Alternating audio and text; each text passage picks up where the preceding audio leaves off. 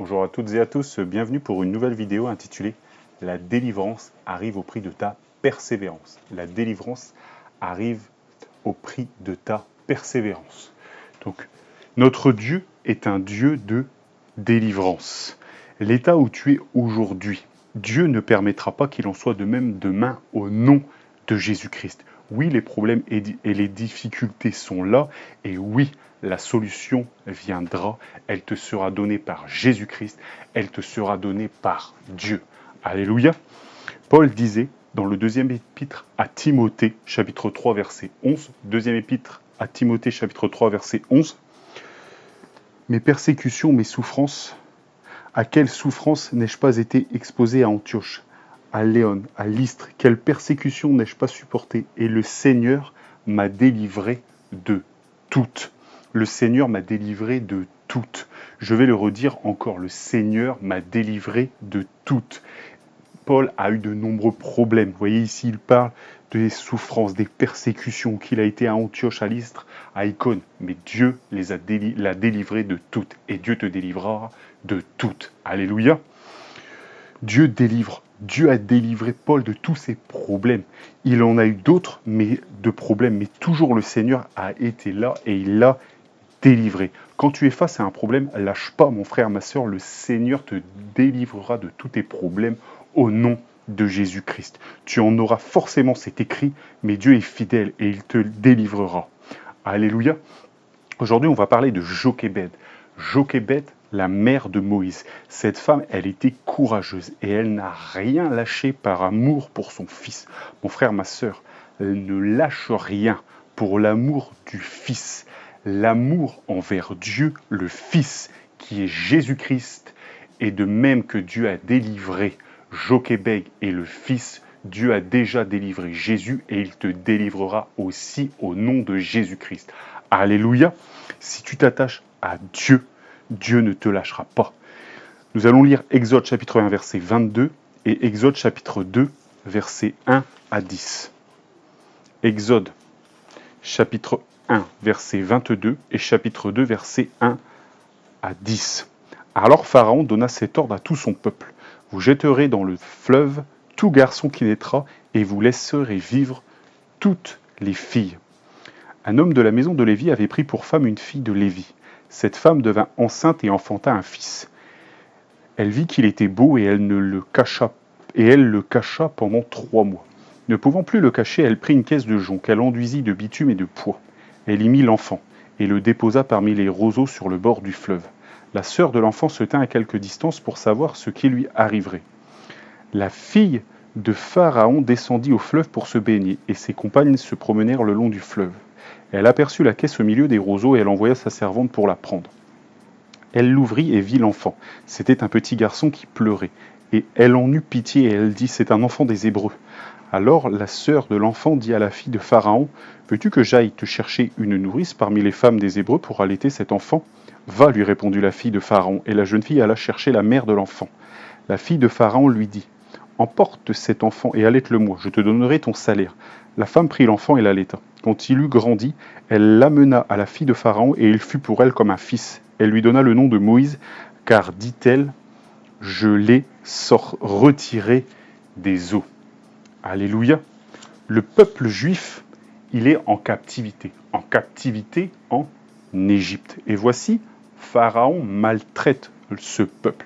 Il l'opprime au point de vouloir le détruire.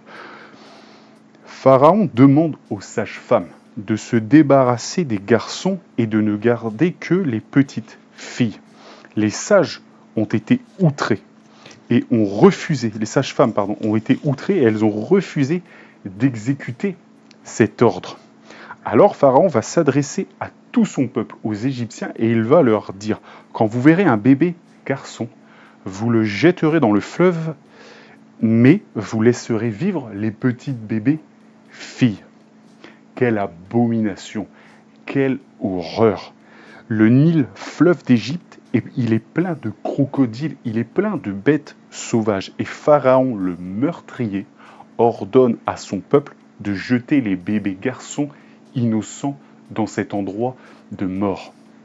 Ces pauvres enfants fragiles, innocents, livrés à eux-mêmes dans le Nil rempli de crocodiles. Pharaon voulait faire cela pour limiter et même détruire le peuple juif.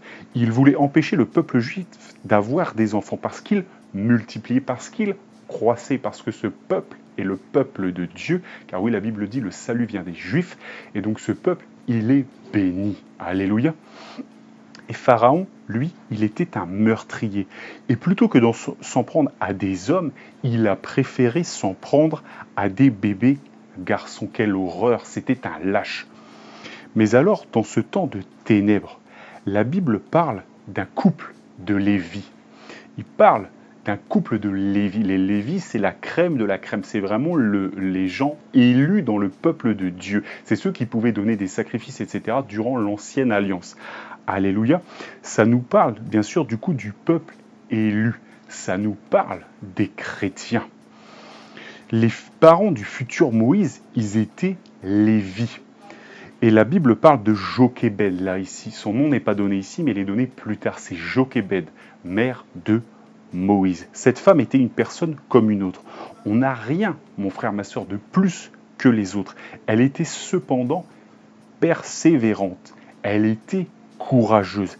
Elle s'est levée contre cet ordre de Pharaon, cet ordre ignoble. Elle s'est levée contre les autorités du royaume des ténèbres qui appliquent leur agenda satanique, et elle s'est levée contre cela et elle a dit non. Elle a dit je ne donnerai pas mon enfant. Elle a dit non, je vais le cacher. Elle va résister. Elle était dans une tente. Elle vivait avec son époux dans une tente, sans aucune intimité, si ce n'est une toile pour les cacher, pour se protéger des regards des Égyptiens qui étaient à l'affût pour attraper les bébés garçons. Les Égyptiens, ils écoutaient la nuit, ils écoutaient le jour, ils voulaient attraper les bébés. Jochébed, mère de Moïse, s'est dressée et elle a dit « Je vais me battre pour mon fils. Je ne vais pas le livrer. » Elle a, dans son courage et dans sa détermination, décidé de le cacher aux yeux de tous dans cette tente. Et elle a tenu durant 3 mois. Mon frère, ma sœur, la Bible dit dans l'évangile de Matthieu, chapitre 11, verset 12, évangile de Matthieu, chapitre 11, verset 12, « Depuis le temps de Jean-Baptiste jusqu'à présent, le royaume des cieux est forcé, et ce sont les violents qui s'en emparent. Empare-toi, mon frère, ma sœur, du royaume des cieux par ta persévérance dans la foi du Dieu vivant de Jésus-Christ qui a porté tes péchés à la croix. » C'est comme ça, mon frère, ma sœur, en croyant en lui, que tu t'empares du royaume des cieux au moyen de la grâce qui est en Jésus-Christ. Sois déterminé, sois persévérant, bats-toi comme s'est battu Jochébed pour sa famille, pour ses projets, pour sa foi, bien sûr, en Jésus-Christ, pour notre foi en Dieu. Battons-nous. Alléluia. Jochébed n'a pas lâché. Jochébed n'a pas abandonné. Mais voici, après 3 mois, son fils faisait du bruit. Moïse faisait du bruit parce qu'il grandissait. Sa voix devenait de plus en plus forte. Et cela devenait dangereux. Elle a dû se résoudre à prendre une décision difficile. Une décision très, très difficile. Elle a mis son fils dans une caisse qu'elle a enduite de bitume et de poids, afin que cette caisse puisse flotter. Elle a essayé de l'étanchéifier. Elle l'a déposé avec attention parmi les roseaux dans le Nil, le long du fleuve, car elle pensait que les roseaux elle pensait que les roseaux protégeaient des crocodiles, empêchaient les crocodiles de rentrer. Les Égyptiens qui entendaient le bébé, ils le verraient dans le fleuve. Et donc, du coup, ils ne viendraient pas le chercher parce que c'était le plan de Pharaon de jeter tous les bébés mâles dans le fleuve. Mais elle voulait faire cela. Elle avait une stratégie pour que son bébé Moïse soit protégé en le mettant dans les roseaux, dans une caisse. Les Égyptiens, donc voilà, ont entendu le bébé, mais n'ont pas été le chercher. Et sa fille surveillait les mouvements. La fille de Jochébed, donc la sœur de Moïse, surveillait les mouvements alentours. Peut-être que Jochebed voulait reprendre son fils le soir pour le ramener au camp et le laisser la journée dans ce roseau afin qu'il soit protégé de tout Égyptien. Peut-être. L'histoire ne permet pas de le savoir. Jochebed, elle a fait son maximum pour son fils. Et voici la fille de Pharaon, elle est venue se baigner avec ses servantes. Et elle a vu le bébé. Elle l'a pris et elle a eu pitié de lui. La sœur de Moïse qui surveillait donc du coup cet enfant Moïse dans les roseaux, dans le Nil, elle lui a demandé si elle voulait donc elle a demandé à la fille de Pharaon si elle voulait qu'elle aille chercher une femme pour l'allaiter. Bien sûr, la fille de Pharaon ne savait pas qu'elle allait finalement chercher sa propre mère pour allaiter son propre fils. Alléluia. Mais la fille de Pharaon, elle a dit oui. Elle a dit, va me chercher quelqu'un parmi les Hébreux pour allaiter cet enfant hébreu. Et cette fille, donc la sœur de Moïse, elle a été chercher donc finalement leur mère commune, la mère de Moïse et sa mère, en disant, voilà, ce sera la nourrice. C'est elle qui va s'en occuper. La fille de Pharaon, elle a dit à la mère de Moïse, prends cet enfant, va et allaite-le-moi, rentre au camp, retourne au camp.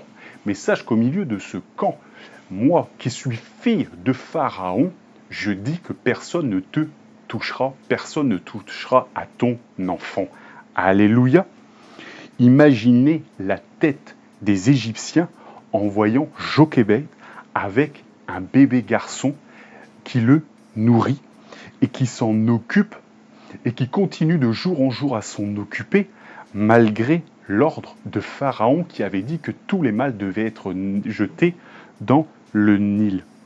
Pharaon avait parlé, Pharaon avait donné cet ordre à son peuple, mais sa fille a été contre cet ordre. Sa fille a contredit cet ordre et a dit à Jochebed, Jochebed, occupe-toi de cet enfant, allaite-le-moi. Alléluia. Et une Hébreuse nourrissait un bébé garçon et elle avait l'aval de la fille de Pharaon. Mon frère, ma sœur, Dieu agit et il utilise les circonstances. Il est maître des temps et des circonstances, même si elles sont défavorables, comme elle l'était pour Jochebed avec son fils qui était au milieu d'une tente, qui était vraiment dans une grande précarité, qui était vraiment dans les travaux forcés à cette époque. Dieu a travaillé et Dieu les a rendus favorables. Elle a pu, Jochebed, s'occuper de son fils. Cela nous montre que le chrétien, vous voyez, il y a cette image avec le Lévi. Ça veut dire que le chrétien, celui qui croit en Dieu, celui qui est persévérant, celui qui s'attache à Dieu, Dieu le délivrera de toute difficulté au nom de Jésus-Christ. Même si un jour tu es au milieu d'un camp, tu seras délivré comme Jochebed et comme Moïse a été délivré au nom de Jésus-Christ. Alléluia. Dieu peut, il est Dieu, il est maître des temps et des circonstances. Alléluia. Et il fera, mon frère, ma sœur, la différence dans ta vie parce que tu as foi en lui. Alléluia. Persévère, mon frère, ma sœur, comme Jochebed, et ta délivrance arrivera.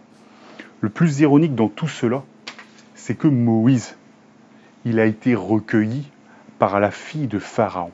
Et la Bible dit qu'il a été élevé au plus près de l'autorité du pays à cette époque, au plus près de Pharaon.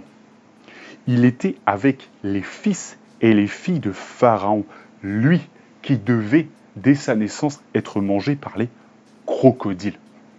Quel changement dans sa vie!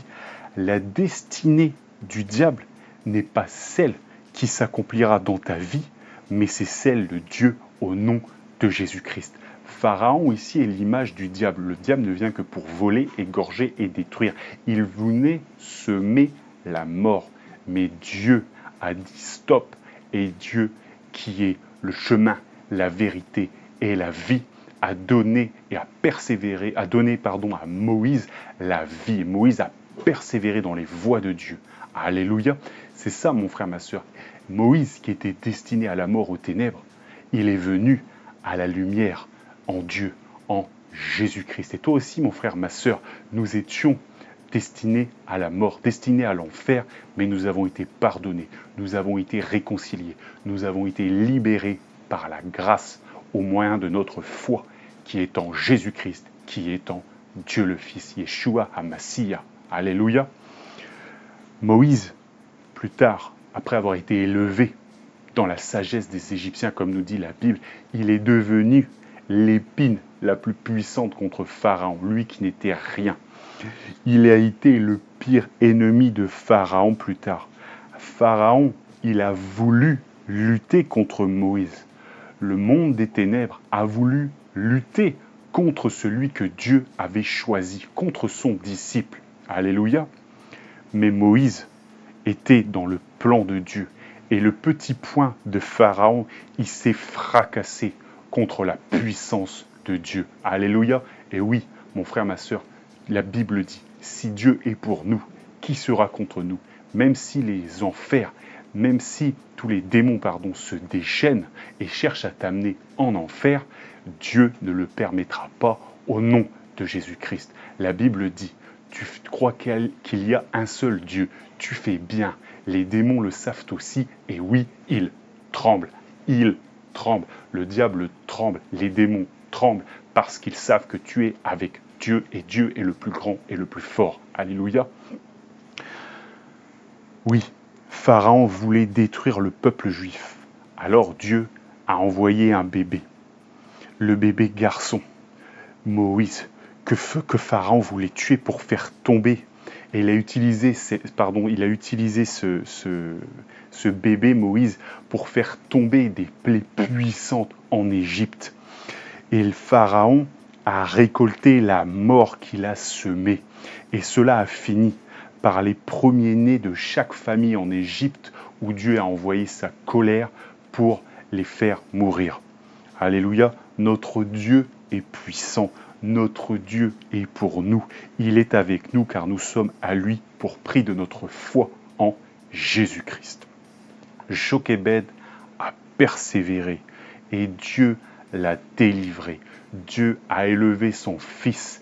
Dieu a utilisé ce serviteur, a utilisé cet homme de Dieu qui s'appelait Moïse pour délivrer par une main puissante son peuple.